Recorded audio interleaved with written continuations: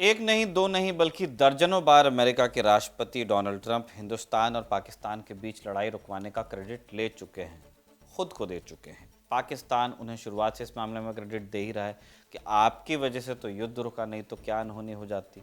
पर भारत ने अब तक इस बात को नहीं माना है कि ट्रंप के दबाव की वजह से ही लड़ाई रुकी। भारत का आधिकारिक स्टैंड आज भी यही है कि हमारे पास पाकिस्तान की तरफ से सीज फायर की पेशकश की गई, कॉल आया, इसके बाद दोनों देशों के बीच बात हुई और ये लड़ाई रुकी।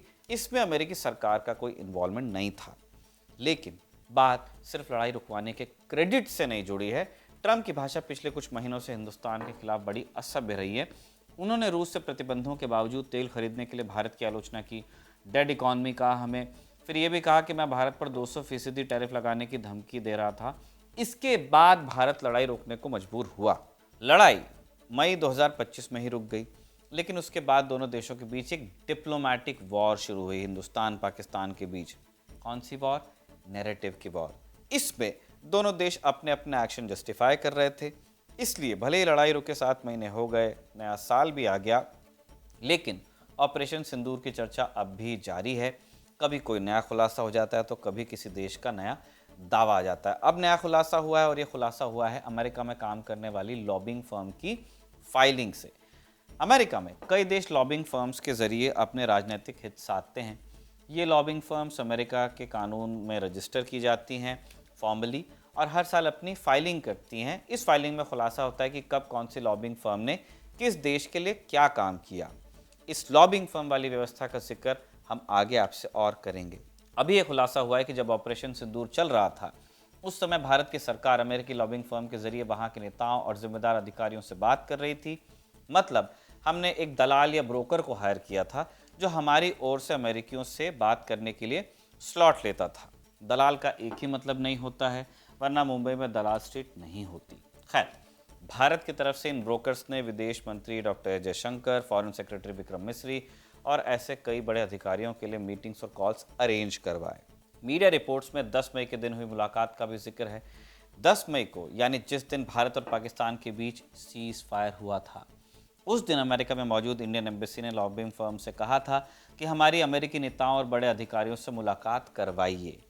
लॉबिंग फर्म की फाइलिंग से बात भी पता चलती है कि भारत सरकार ने ऑपरेशन सिंदूर और ट्रेड टॉक्स के लिए लॉबिंग फर्म का इस्तेमाल किया और अमेरिकी नेताओं से मुलाकात की।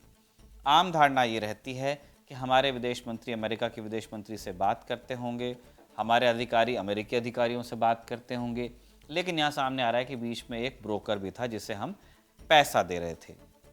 इन दस्तावेजों में ये बात नहीं पता चलती कि भारत ने अमेरिका के दबाव में लड़ाई रोकी या नहीं, लेकिन इन नए खुलासों से इस पूरे कॉन्फ्लिक्ट में अमेरिका के इन्वॉल्वमेंट का एक नए सिरे से चर्चा तो छिड़ ही गया है। सवाल पूछा जा रहा है कि जिस दिन सीज फायर हुआ, उस दिन इंडियन एम्बेसी ने व्हाइट हाउस की chief of staff Susie Wiles, US trade representative Jamieson Greer और नेशनल सिक्योरिटी काउंसिल की रिकी गिल से फ़ोन पर बात करने की रिक्वेस्ट क्यों की।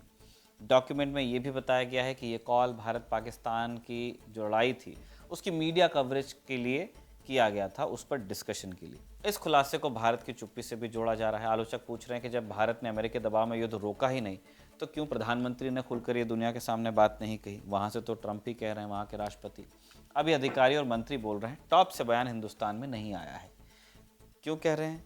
क्योंकि डोनाल्ड ट्रंप की भारत और अब तो प्रधानमंत्री के खिलाफ भी आक्रामकता बढ़ रही है, भाषा असभ्य हो रही है। 6 जनवरी को ट्रंप ने कहा कि पीएम मोदी मुझसे नाराज हैं क्योंकि मैंने रूस से तेल खरीदने की वजह से टैरिफ लगा दिया।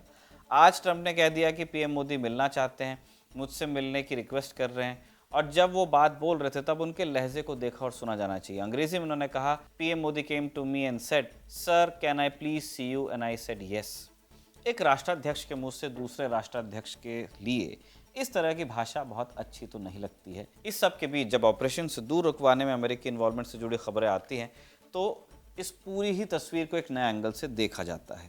इसलिए आज के शो में हम बात करेंगे कि भारत सरकार ने अमेरिका में लॉबिंग फर्म का इस्तेमाल क्यों किया और इस लॉबिंग फर्म से क्या काम करवाए। नमस्कार, स्वीकार कीजिए निखिल का।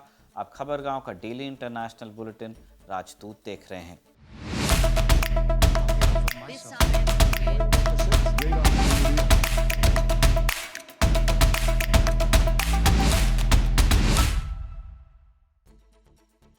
सबसे पहले समझिए कि लॉबिंग फर्म क्या होती है, क्यों होती है, क्योंकि अमेरिकी विदेश नीति का एक बड़ा हिस्सा सिर्फ व्हाइट हाउस से तय नहीं होता है। अमेरिकी कांग्रेस, वहाँ की सेनेट, स्टेट डिपार्टमेंट, पेंटागन जो वहाँ का रक्षा मंत्रालय है, और जो यूएस मीडिया है, ये सब मिलकर के मूड सेट करते हैं। और ये सब इतनी कॉम्प्लिकेटेड और इतनी बड़ी मशीन की तरह है कि किसी देश की सरकार से हमको ही अगर इनको बात करनी है, संभालना है, तो अकेले नहीं कर सकते हैं। इसलिए कई बार लॉबिंग फर्म्स हायर की जाती हैं जो हमारी इच्छा के अनुसार वहाँ पे राय तैयार करती हैं। इसका सबसे बड़ा उदाहरण है इजराइल, जो अमेरिका में सबसे शक्तिशाली लॉबिंग फर्म नेटवर्क माना जाता है। आईपैक जैसे संगठन अमेरिका के संसद को इस हद तक प्रभावित करते हैं कि इजराइल के लिए कानून या फंडिंग वो बहुत आसानी से पास हो जाते हैं। खाड़ी देशों के पास पैसा है तो पैसा खर्च करके अपनी इमेज को सुधारते हैं। वहाँ मानवाधिकार और महिला अधिकार की बात आप जानते हैं, तो वो उसको विंडो ड्रेस करते हैं। सऊदी अरब ने ट्रंप के समय में ही सैकड़ों मिलियन डॉलर सिर्फ लॉबिंग फर्म्स और पीआर पर खर्च किए। कतर का नाम जोड़ा जाता है इसमें। पाकिस्तान के पूर्व प्रधानमंत्री इमरान खान की रिहाई के लिए भी एक लॉबिंग फर्म काम कर रही है यूएस में। अब आइए आज के मुद्दे पे। इंडियन एम्बेसी ने जिस लॉबिंग फर्म को हायर किया है उसका नाम है SHW पार्टनर्स। इस फर्म के पीछे जेसन मिलर हैं। राजदूत के नियमित दर्शकों ने हो सकता है ये नाम पहले सुना हो। मिलर ट्रंप के राजनीतिक सलाहकार हुआ करते थे एक ज़माने में, बहुत करीबी हैं आज भी। यही वजह है कि SHW की जो कुंजी है वो सीधे व्हाइट हाउस का दरवाज़ा खोल देती है।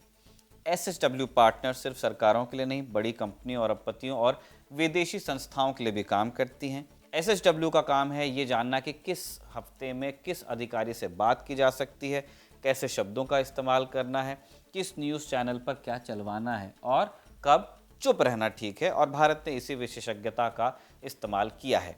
भारत में सरकार को प्रभावित करने के लिए किसी को कानूनन आप हायर नहीं कर सकते। इंडिया में लॉबिंग अनैतिक मानी जाती है, इमोरल और कानून की नज़र में भी ग्रे है। अगर ये बात पता चल जाए कि कोई किसी मंत्री को इसलिए बार बार नाश्ता करा रहा था ताकि फाइल पर साइन हो जाए, तो ये भारत के कानून के खिलाफ जाता है। साबित हो जाए बात तो कार्रवाई हो सकती है। लेकिन अमेरिका में लॉबिंग लीगल है। वहाँ कंपनीज जैसे बोइंग वगैरह जो बड़ी कंपनियां जिनको पॉलिसी इंटरेस्ट होता है, वहाँ सांसदों को लॉबी करती हैं। बस उन्हें ये बात पब्लिक में डालनी पड़ती है कि हम इतने लोगों को लॉबी कर रहे हैं। इस तरह दूसरे देश भी अमेरिकी सरकार या उसके हिस्सों को लॉबी कर सकते हैं और इसके लिए एजेंट्स हायर कर सकते हैं। वहाँ की सरकार ने इसके लिए कानून बनाया है ताकि सब कुछ पारदर्शी ढंग से हो। इस कानून का नाम है FARA यानी फॉरेन एजेंट्स रजिस्ट्रेशन एक्ट। आसान भाषा में इसका मतलब है कोई भी विदेशी सरकार, व्यक्ति या संगठन अगर अमेरिका में अपनी तरफ से लॉबिंग फर्म को हायर करता है तो उससे अपना रिकॉर्ड पब्लिक भी करना होगा, क्योंकि वो फर्म तो करेगी।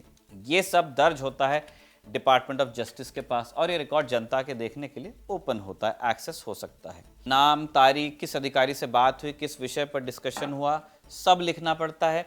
इसीलिए जब SHW पार्टनर्स ने अपनी सालाना फाइलिंग की तो उसमें इन बातों का खुलासा हो गया कि इंडियन एम्बेसी ने जो लॉबिस्ट हायर किया था उनसे क्या क्या काम करवाए। क्या क्या करवाया, अब उस पर आते हैं। 24 अप्रैल 2025 को इंडियन एम्बेसी ने SHW पार्टनर्स को कहा कि हमें कुछ अमेरिकी अधिकारियों से मुलाकात करनी है। सबसे पहले जिनसे बात की गई वो थे Jameson Greer, US trade representative. ये अमेरिका में ट्रेड यानी आयात निर्यात वाली नीतियों के सबसे बड़े बॉस हैं। उसी दिन कॉमर्स सेक्रेटरी हावर्ड लुटनिक से भी बातचीत की रिक्वेस्ट की गई। फिर तीसरी रिक्वेस्ट गई US vice president JD Vance के ऑफिस में। इन 3 रिक्वेस्ट का मतलब था कि भारत अमेरिका से ट्रेड डील पर बातचीत और स्मूथ चाहता था, क्योंकि अप्रैल महीने तक ट्रंप दुनिया को टैरिफ लगाने की धमकी दे रहे थे। फिर आई 22 अप्रैल की तारीख, पहलगाम में आतंकवादी हमला होता है। हमले में 26 निर्दोष लोगों का कत्ल होता है। भारत पाकिस्तान के आतंकवादी नेटवर्क पर कुछ बड़ा करने की तैयारी कर रहा था। दिल्ली में फैसला हो गया था कि ऑपरेशन होगा, लेकिन साथ ही ये भी समझ लिया गया था कि जैसे ही आप पाकिस्तान के खिलाफ बड़ा कदम उठाते हैं, दुनिया का ध्यान आपके ऊपर आ जाता है और सबसे पहले हमारे जहन में आता है अमेरिका, पाकिस्तान का पुराना दोस्त।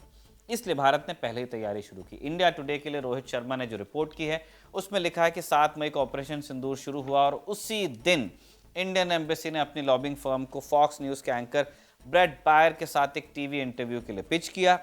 फॉक्स न्यूज़ को ट्रंप प्रशासन फॉलो करता है, वो लोग देखते हैं। रिपब्लिकन पॉलिटिक्स के करीब भी ये चैनल है, यानी अगर फॉक्स न्यूज़ इंडिया को अच्छा दिखाता तो व्हाइट हाउस भी उसे अच्छा मानता। इसलिए भारत ने पहले दिन मीडिया की लाइन सेट करने की कोशिश की। 3 दिन बाद यानी 10 मई की तारीख आई। इस दिन ऑपरेशन सिंदूर रुका। भारत और पाकिस्तान के बीच सीज फायर भी हुआ। एसएसडब्ल्यू की फाइलिंग्स बताती हैं कि इंडियन एम्बेसी ने उसी दिन White House chief of staff Susie Wiles, national security council के वरिष्ठ अधिकारी रिकी गिल और फिर से US trade representative Jamieson Greer से बात की। क्यों बात हुई? इस कॉन्फ्लिक्ट की मीडिया कवरेज पर चर्चा करने के लिए। इंडिया टुडे की रिपोर्ट के मुताबिक मई महीने के अंत तक भारत सिक्योरिटी रिलेटेड जानकारी यूएस नेशनल सिक्योरिटी एस्टैब्लिशमेंट को दे रहा था।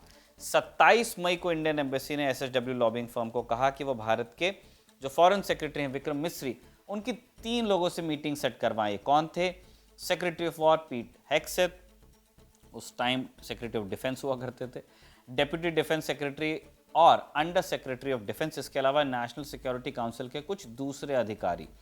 इन मीटिंग्स का उद्देश्य था ऑपरेशन सिंदूर पर अमेरिकी समकक्षों को जानकारी देना। अब ये सोचने वाली बात है कि अगर आपने उनसे पूछे कुछ नहीं किया तो आप जानकारी क्यों देना चाहते हैं? खैर, 31 मई को इंडियन एम्बेसी ने वीपी जेडी वैंस और secretary of state Marco Rubio से मीटिंग की मांग की।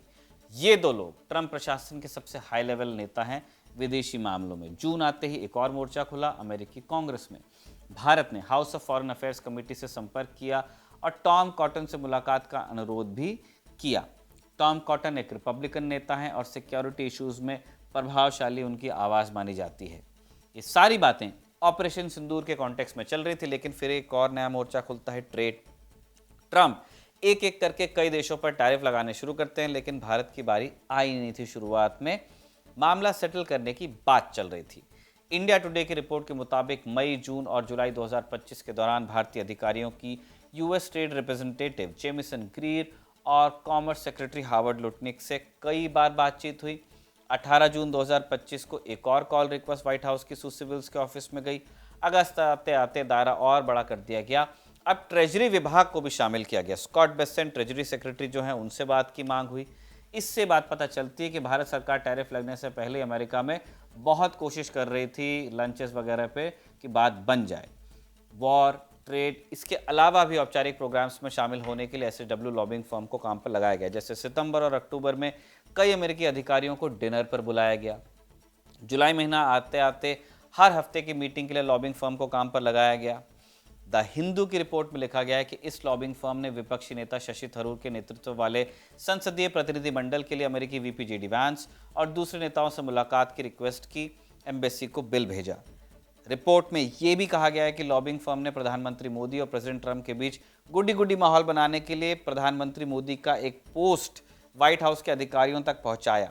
डॉक्यूमेंट में उस पोस्ट के बारे में नहीं लिखा गया, लेकिन संभवतः ये 6 सितंबर वाला एक्स पोस्ट होगा उनका, जिसमें प्रधानमंत्री मोदी ने भारत और अमेरिका के रिश्तों की चर्चा की थी, है ना, इन अ वेरी गुड मूड। इसके पहले तक ट्रंप और मोदी के बीच रिश्ते खराब चल रहे थे, ऐसा लग रहा था, लेकिन जैसा रिपोर्ट में दावा किया गया है, ट्रंप की तारीफ वाला पोस्ट व्हाइट हाउस को जब भेजा गया तो उसका फायदा भी दिखा। 17 सितंबर को ट्रंप ने प्रधानमंत्री मोदी के जन्मदिन पर कॉल किया। इस लॉबिंग फर्म को हायर करने के लिए भारत सरकार ने 16 करोड़ रुपए से ज्यादा खर्चे थे, जिसका पेमेंट 2 किस्तों में हुआ, यानी लगभग 8-8 करोड़ रुपए की किस्त में। पर जैसा हमने शुरू में बताया, भारत अकेला देश नहीं है जिसने अमेरिका में लॉबिंग फर्म हायर की हो। जब FARA कानून के तहत की गई लॉबिंग फर्म्स की फाइलिंग पब्लिक हुई, तब किस किस देश ने किस किस लॉबिंग फर्म को हायर किया और क्या क्या काम करवाए, सब कुछ पब्लिक हुआ। इसी से पता चला कि पाकिस्तान ने $5 बिलियन खर्चे हैं अमेरिका में लॉबिंग करने के लिए। $5 बिलियन यानी भारतीय रुपए में लगभग 45 करोड़। खुलासा हुआ कि आसिम मुनीर की जो ट्रंप से मुलाकात हुई, उसे आसान बनाने के लिए लॉबिंग फर्म का ही काम अहम था। जिस लॉबिंग फर्म को पाकिस्तान ने हायर किया था, उसने अमेरिकी अधिकारियों से पाकिस्तान के अधिकारियों की मुलाकात के लिए 60 बार कांटेक्ट किया था।